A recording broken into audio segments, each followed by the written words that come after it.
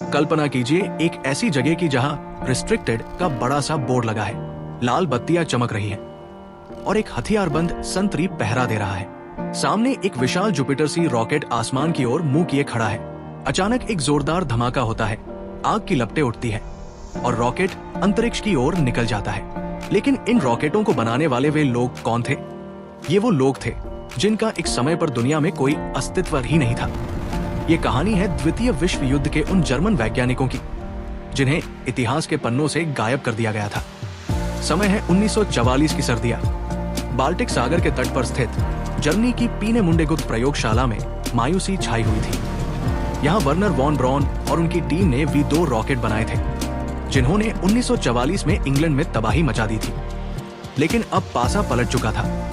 महज 50 मील दूर रूसी तोपों की गड़गड़ाहट सुनी जा सकती थी।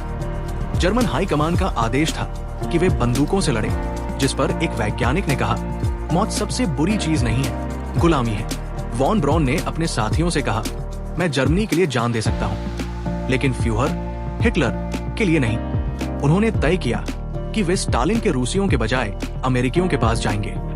वॉन ब्रॉन ने अपने पास मौजूद गेस्टापो के कागजों का इस्तेमाल करके एक फर्जी निकासी आदेश बनाया। अगर वे पकड़े जाते तो ये उनकी मौत का फरमान होता।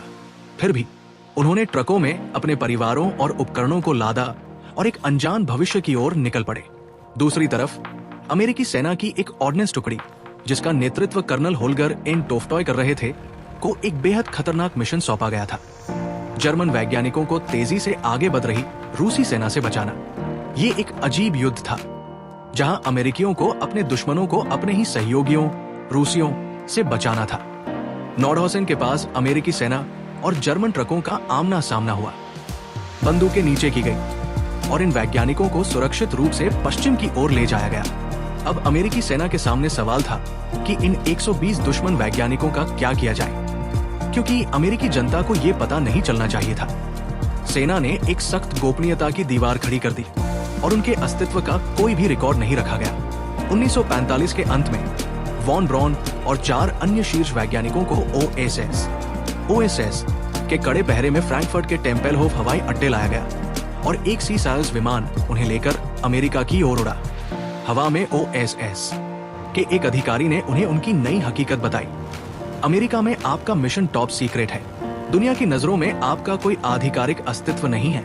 आप धरती से गायब हो चुके हैं। उन्हें टेक्सास के फोर्ट ब्लिस ले जाया गया और शांति के कैदी का नाम दिया गया।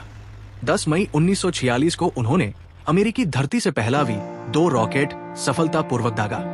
दिसंबर 1946 में उनके परिवारों को भी अमेरिका लाया गया। समय बीतने के बाद ये वैज्ञानिक अमेरिकी नागरिक बनना चाहते थे, लेकिन उनके सामने एक अजीबोगरीब समस्या थी।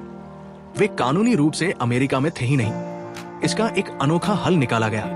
वैज्ञानिकों और उनके परिवारों को एल पासो शहर से एक बस में बैठाकर मेक्सिको सीमा के पार ले जाया गया।